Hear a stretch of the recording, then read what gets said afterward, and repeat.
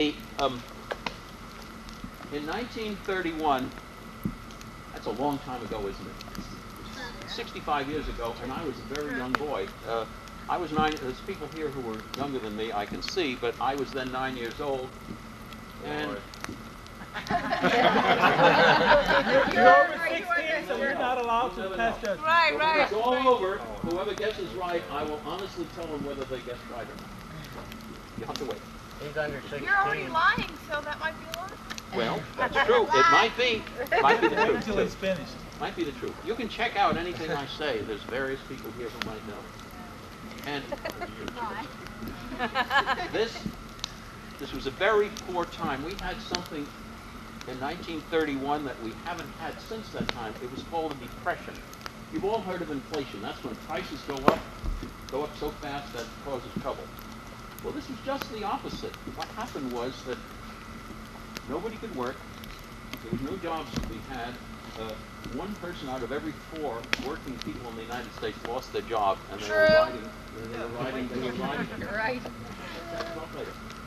They were riding the railroads, and they were riding boxcars, and they were lining up for soup in front of churches.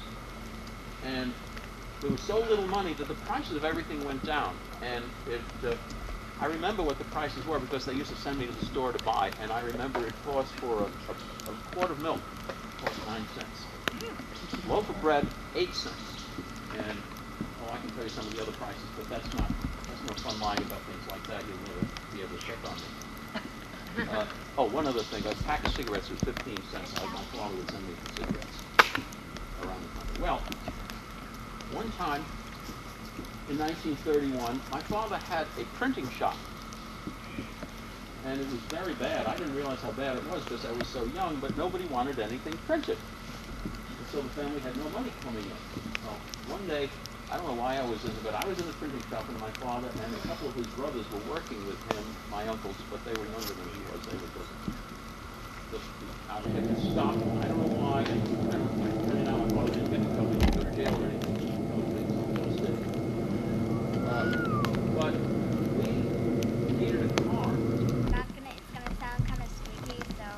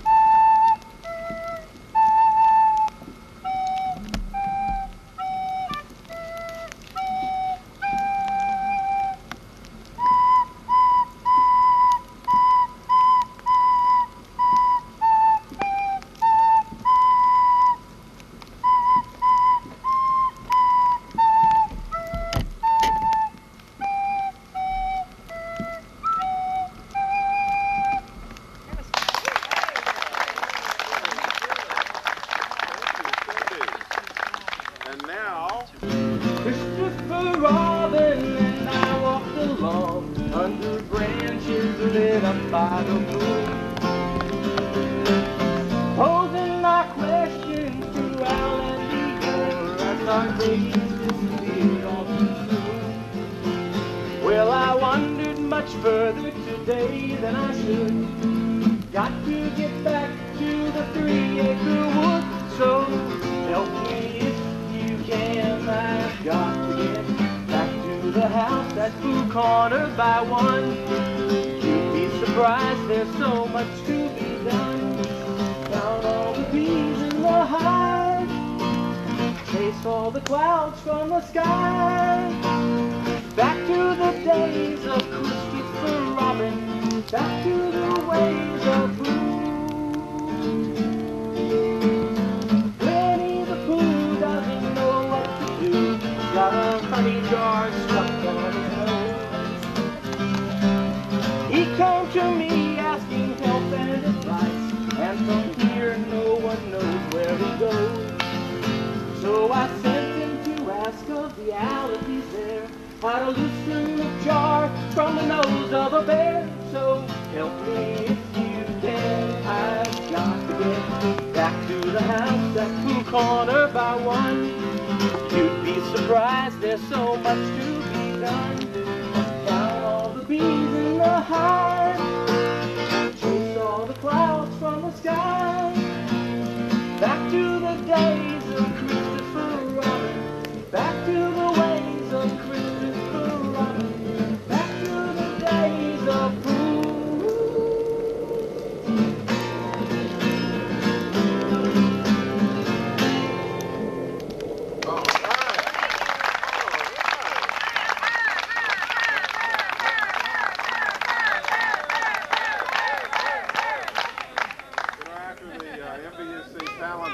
there was some criticism of Linda Jemison who said, you know, how come Herb Tyson didn't get a play for 30 or 40 more minutes? And she said, who knew Herb Tyson when I put this together? Well, we've learned. So, now, resuming our nautical theme and our sojourn in that far distant place of the world, Samoa.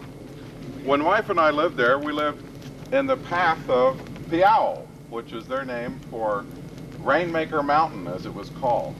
Now you have to understand, this wasn't because they believed there was some mythical dance that you could do about this mountain to cause the rain to happen, but because every stinking day we were there, a rain cloud would come down from that mountain and dump right on us. This was because Samoa lives about, 8,000 miles away from any other place. So you got these trade winds that are rushing along at about 6 feet above the ocean, moisture laden, scooping up that water from all the ways and everything, and they run for about 4, 5, 6, 7,000 miles, and then they hit this mountain peak, which... I took my girl to a fancy ball. It was a social hop. We waited till the folks got out and the music, it did stop. Then to a restaurant we went, the best one on the street. She said she wasn't hungry, but this is what she'd eat. A dozen raw, a plate of slaw, a chicken and a roast, apple sass, asparagus, and soft shell crabs on toast. A big box stew with crackers too. Her appetite was immense. When she called for pie, I thought I'd die, for I had but 50 cents. She said she wasn't hungry and she didn't care to eat, but I've got money in my clothes to bet she can't be beat. She took it in so cozy and she had an awful tank. She said she wasn't thirsty, but this is what she drank. A whiskey skin, a glass of gin, a schooner then a beer. A ginger pop with rum on top that made me shake with fear. A gin cocktail, a glass of ale. She should have had more sense. When she called for more, I fell on the floor, for I had but 50 cents. Of course, I wasn't hungry and I didn't care to eat, expecting any moment to be thrown into the street. She said she'd bring her family round and some night we'd have fun.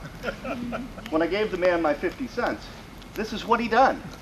He broke my nose, he smashed my toes, he hit me in the jaw. He gave me a prize of 2 black eyes and with me swept the floor. He grabbed me where my clothes hung loose and kicked me over the fence. Take my advice, don't try it twice if you've got but 50 cents.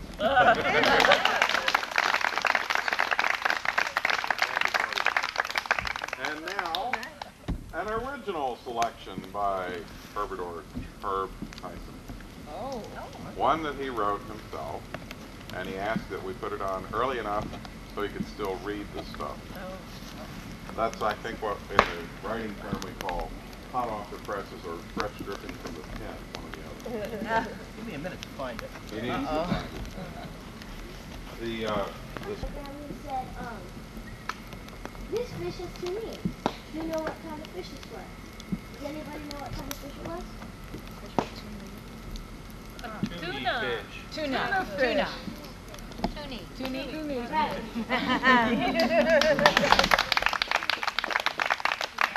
Okay, we'll try to save all the groans.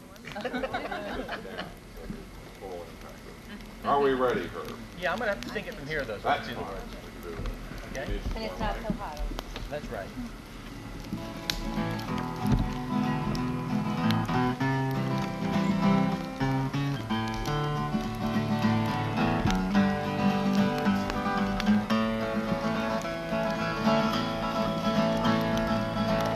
There's a warm campfire burning on the road, wrong key. On the road ahead, there's coffee, food, and voices, so I know I can't be dead. And even though the trail is hard and my horse died 10 miles back, I'm gonna make it to the camp office so I can get my money back. And it's one heck of a camping trip, everything's gone wrong. Sunburn, windburn, snake bite, and I wrote this song. If I get back to Washington, I think I'm gonna sue.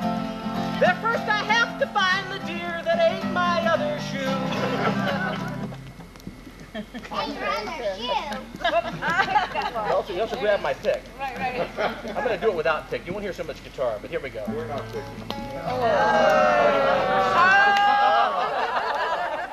Okay. Second verse.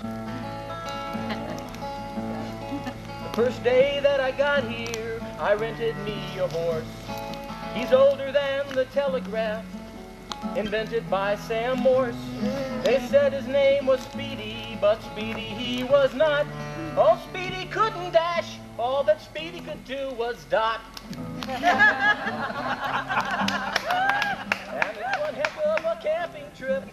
Everything's gone wrong. Sunburn, windburn, snakebite, and I wrote this stupid song. If I get back to Washington, I think I'm gonna sue. But first I've got to find the cow that ate my other shoe. The second day of camping, it rained and rained all night. A gorilla ate my breakfast, and I tell you that ain't right. And when he drank my coffee, he had a caffeine fit. He dumped it in my sleeping bag, and he hid my softball mitt. And it's one heck of a camping trip. Everything's gone wrong. Sunburn, windburn, snakebite, and I wrote the song. If I get back to Washington, I think I'm gonna sue. But first I have to find the cow and the deer that ate my other shoe. The third day of the camping trip, the rain had turned to snow, and all I brought was shorts and tees. It's Florida, you know. They said I'd have to rough it. Are you a man, mouse, or a man? I said I'm not really sure, but I'm here on the 4-day plan.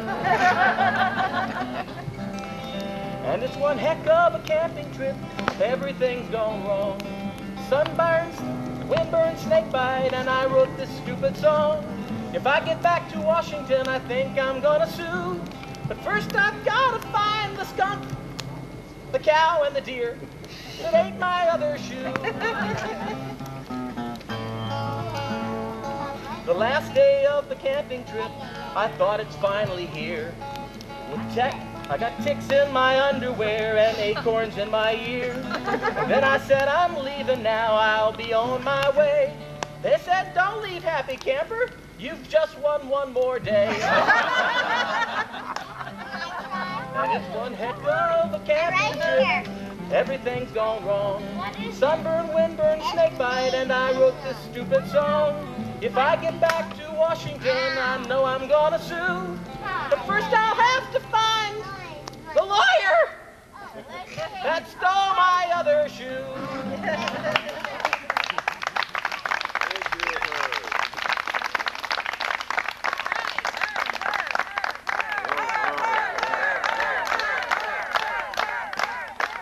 And now we have a ghostly tale from Miss Griffin. Is this a good time for Griffin goes You want a flashlight? to the line? I think I got it. All the solutions to it. It's Meg. Oh, yeah. Not a scary story. Share the beauty of nature. Let us come gather today and worship. Today is a special day, the final day of our retreat. The 1996 MVUC retreat, Prince William Resort. When I was in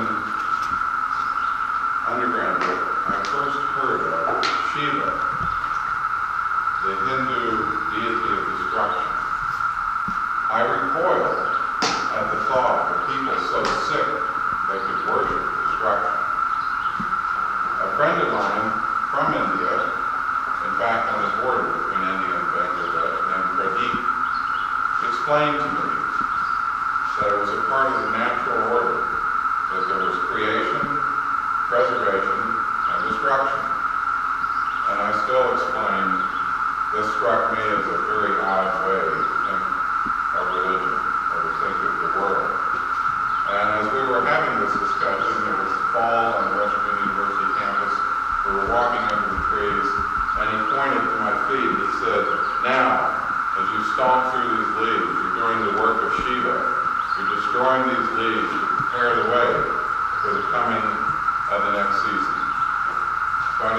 there might be something more about Shiva, and I began to try to understand it a bit. Al Searle has studied Shiva far longer than I've been alive, and is offered today to tell the ancient story of Shiva.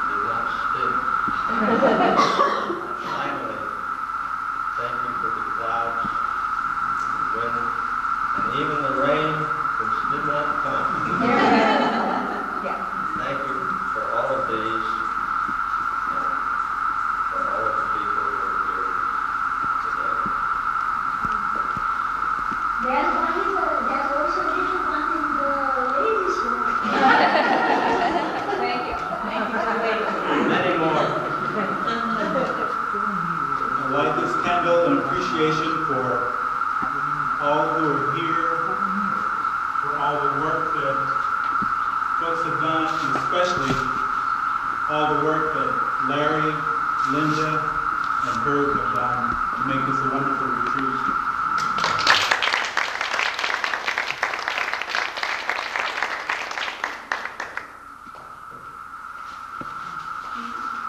I too like this candle for all the wonderful work everybody has done to make it a wonderful retreat.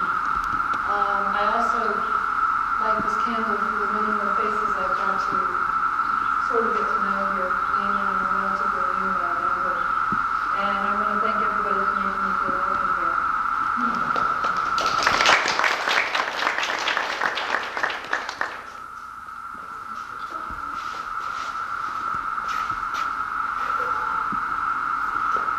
Now, like this candle, this is our first retreat. I want you to remember this one especially, and for everybody who has made us, and especially our little girl Dina, who's a little bit wild this weekend, to have such a nice time, and for the warm welcome, and for the puzzles, and for the ticks, and for the heat, and everything else.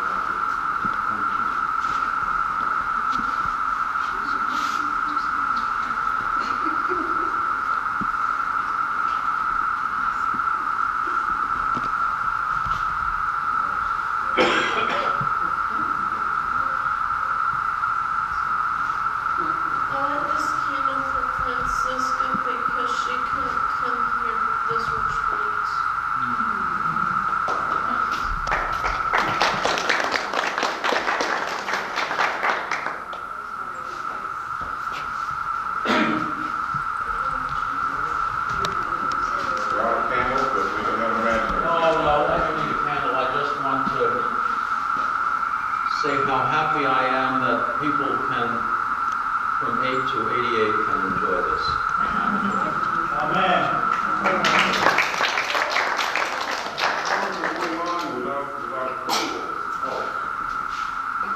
I don't need a candle because I see lots of lights in all your faces. I feel grateful for Retreat every year because of all the lights that are lit between us, and the people that go on retreat spend the whole church year, when they see each other, kind of exchanging that little spark of recognition and memory. And I'm so thankful for that. And I'm glad to be here this retreat, especially with Larry and Linda and Herb, and for all of you welcoming me back from being away, and for your smiles, all 500 of them.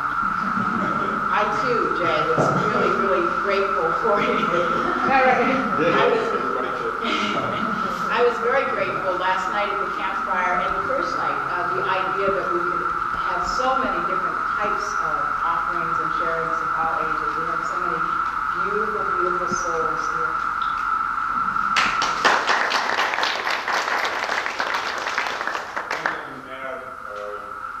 Are things that I've carefully memorized over the years. It's all I know.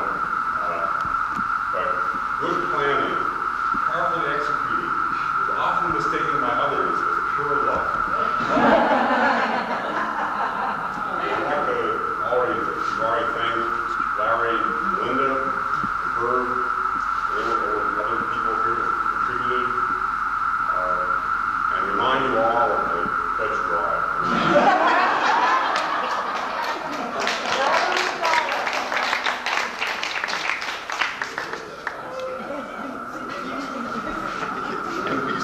I would just like to point out that the first planning session for what has now come to be known as Lucky Larry's Retreat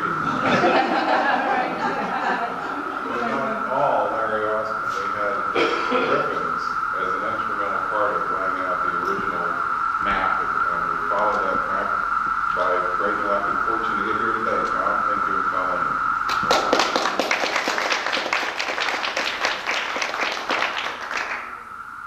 After the initial rejection or recoiling at the idea of a god of destruction named Shiva, I kind of got into it, you know? Not as much as Al has, but I've probably written more poems on the subject of Shiva than on any other one subject.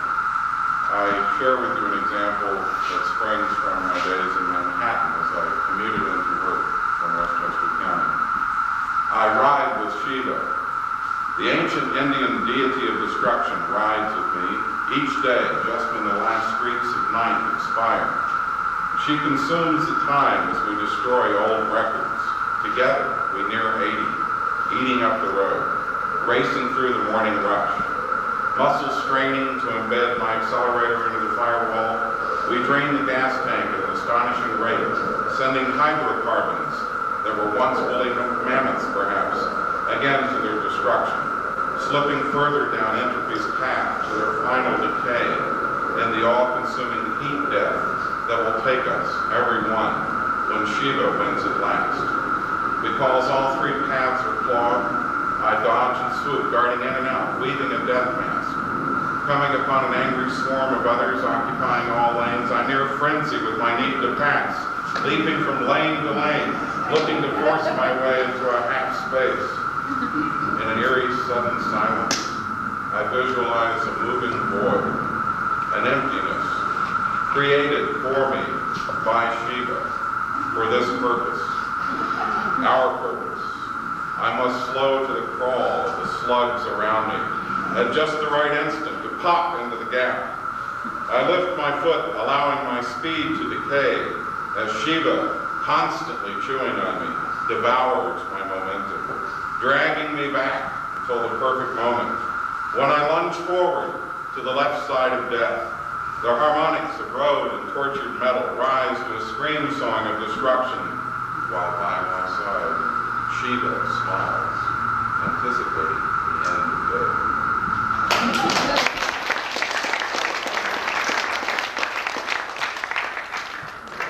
And now, there's an old woman sitting in the doorway, and she greets the people, each one as they pass. Sometimes they'll huddle around for her wisdom. Sometimes she'll remind them how to laugh. She knows